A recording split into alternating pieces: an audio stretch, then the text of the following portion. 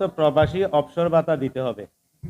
প্রবাসী পরিবার নামে বিশেষ স্মার্ট কার্ড প্রদান করিতে হবে। তাদেরকে 10 লক্ষ টাকা প্রণোদনা বা ক্ষতিপূরণ হিসেবে প্রদান করিতে হবে। বাংলাদেশের সকল সেক্টরে প্রত্যেকটা সরকারি সেক্টরে কিন্তু ভর্তুকি দেওয়া হয়, কিন্তু আমাদের এই 2 কোটি প্রবাসীর ব্যাপারে আজ পর্যন্ত কোনো ভর্তুকি দেওয়া হয় না, ইনশাল্লাহ আগামীতেও লাগবে না। তো তারই পরিপ্রেক্ষিতে আমরা 11 দফা দাবি নিয়ে আজকে এখানে আসছি। তো আমাদের দাবিগুলোর মধ্যে প্রথম 1 নাম্বার হচ্ছে যে 15 বছর রানিং প্রবাসী। এর মানে একজন প্রবাসী যে 15 বছর রানিং প্রবাসে থাকাকালীন যদি দেশে এককালীন চলে আসলে তাহাকে যুক্তিসঙ্গত প্রবাসী অবসর ভাতা দিতে হবে। 2 নাম্বার হচ্ছে যে একজন রানিং প্রবাসী কিংবা প্রবাসে কিংবা ছুটিতে এসে কোনো রোগজনিত কারণে মৃত্যুবরণ করিলে বা কর্মক্ষেত্রে শারীরিক পঙ্গুত্ব বরণ করিলে এককালীন তার পরিবারকে 10 লক্ষ টাকা প্রণোদনা বা ক্ষতিপূরণ হিসেবে প্রদান করিতে হবে।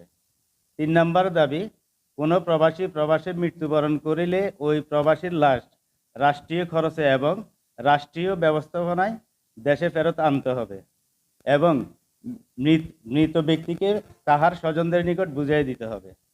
4 নাম্বার, প্রত্যেক প্রবাসীকে প্রবাসী পরিবার নামে বিশেষ স্মার্ট কার্ড প্রদান করতে হবে এবং ওই স্মার্ট কার্ড দ্বারা বাংলাদেশের সরকারি, আধা সরকারি, বেসরকারি, স্বায়ত্তশাসিত প্রতিষ্ঠান সহ প্রত্যেকটি সেক্টরে প্রত্যেকটি কাজে, যেমন মেডিকেল ট্রিটমেন্ট, ইউনিয়ন পরিষদ অফিস, থানা, সিটি কর্পোরেশন, ভূমি অফিস, পরিবহন সেক্টর থেকে শুরু করে সকল নাগরিক সেবা প্রবাসী পরিবার যেন সুফল ভোগ করতে পারে।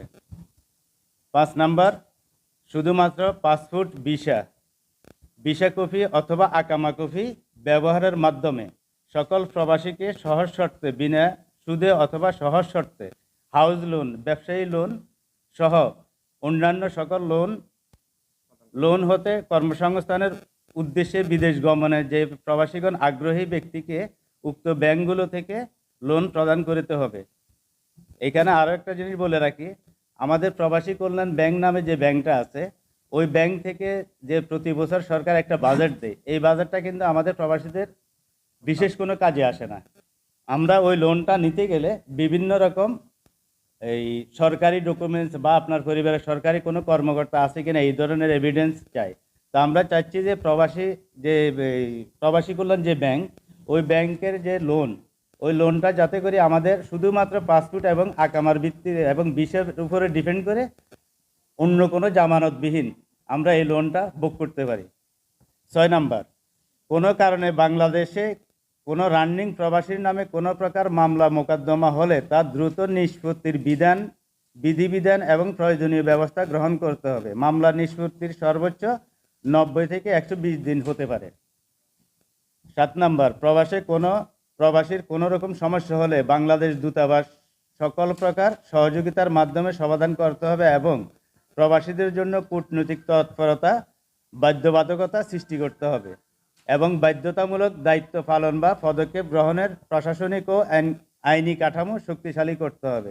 এবং এই 7 নাম্বারের মধ্যে আরেকটা কথা বলি, সেটা হচ্ছে আমাদের বিভিন্ন দেশে যে দূতাবাসগুলো আছে, এগুলো কিন্তু দূতাবাস হিসেবে পরিচিত, কিন্তু আসলে এদের কাজ শুধুমাত্র বাংলাদেশের পাসপোর্ট অফিসের যে কাজগুলো করা হয়, ওনারা শুধু এই কাজগুলোই করেন, শুধুমাত্র পাসপোর্ট, আদার্স অন্য কোনো কাজগুলো করে না। তো আমাদের দাবি থাকবে যে প্রত্যেকটা দূতাবাসে একটা ফোন ডেস্ক থাকবে, যাতে করে 24 ঘন্টা কোনো প্রবাসী ফোন করলে যেন ওনাদের রেসপন্স থাকে। এবং পাশাপাশি প্রত্যেকটা দূতাবাসকে এখন যে কর্মচারীগণ আছে, আমরা চাইছি ওনাদেরকে প্রত্যাহার করে নতুন করে সংস্কার করা হোক। 8 নম্বর, অসুস্থতার কারণে কোনো প্রবাসী দেশে আসলে বাংলাদেশের সকল সরকারি মেডিকেলে উন্নত চিকিৎসা দিতে বা সেবা পেতে বাধ্য থাকতে হবে। 9 নম্বর, প্রতিটা প্রবাসী পরিবারের নিরাপত্তা দিতে হবে এবং প্রবাসী পরিবারের সামাজিক এবং রাষ্ট্রীয় নিরাপত্তা নিশ্চিত করতে হবে। প্রবাসী পরিবারের সামাজিক অর্থনৈতিক নিরাপত্তা নিশ্চিতকরণের লক্ষ্যে রাষ্ট্র বা সরকার উপযুক্ত নীতিমালা ও কর্মপন্থা তৈরি করিয়া তাহা যথা বাস্তবায়নের ব্যবস্থা গ্রহণ করিবেন। 10 নম্বর, এয়ারপোর্টে কোনো প্রকার লাগেজ ক্ষতি হলে প্রতিটা খালি লাগেজের মূল্য 20,000 টাকা আমরা দাবি করতেছি। প্রতিটা খালি লাগেজের মূল্য, যেমন আমরা অনেক সময় লাগেজ আনি, আমাদের লাগেজের আপনার চাকা ভেঙে যায়, বিভিন্ন রকম সমস্যা হয়, এবং তা 7 দিনের মধ্যে দিতে হবে। এবং লাগেজের ভিতরে কোনো মালামাল চুরি হলে প্রতি কেজি সামানের মূল্য, প্রতি কেজি মালের মূল্য আমরা গড়ে 20,000 টাকা করে বিমান কর্তৃপক্ষের নিকট দাবি করছি। কিন্তু আকাশ আকাশ যাত্রাপথের রেজুলেশন ভিত্তিক হচ্ছে যে প্রতিটা 1 কেজি সামান চুরি হলে ওটার মূল্য $1380 আপনারা রেজুলেশনে পাবেন। কিন্তু আমরা অত দাবি করি না, আমরা মাত্র 20,000 টাকা করে প্রতি কেজি সামানের মূল্য দাবি করতেছি। অভিবাসনের ক্ষেত্রে এবং বিদেশে যাত্রায় হয়রানি প্রতিরোধ করতে এবং বিমানবন্দরের জটিলতা ইত্যাদি নিরসনে প্রয়োজনীয় সংস্কার ও কার্যকরী ব্যবস্থা গ্রহণ করতে হবে। প্রবাসীরা বাংলাদেশে আসতে এবং বিদেশে যাওয়ার ক্ষেত্রে বিমানবন্দরে যে সব অনাকাঙ্ক্ষিত জটিলতা পড়েন তা স্থায়ী নিরসন করতে হবে এবং প্রবাসীদের বিদেশ গমনে সহজ ও শৃঙ্খল করার কার্যকর বিশেষ ব্যবস্থা গ্রহণ বা তৈরি করতে হবে। তো এই ক্ষেত্রে আপনার বিমানবন্দরে যে সমস্যা সেটা হচ্ছে যে একজন প্রবাসী আসার পরে বিমানবন্দরে যে একটা, আপনারা অনেকে জানেন, সামনে যে একটা গ্রিল দিয়ে রাখছে, এই গ্রিলের কারণে প্রবাসীরা তাদের মালামালগুলা কেউ মাথায়, কেউ কাঁধে, কেউ বিভিন্নভাবে নিতে হয়।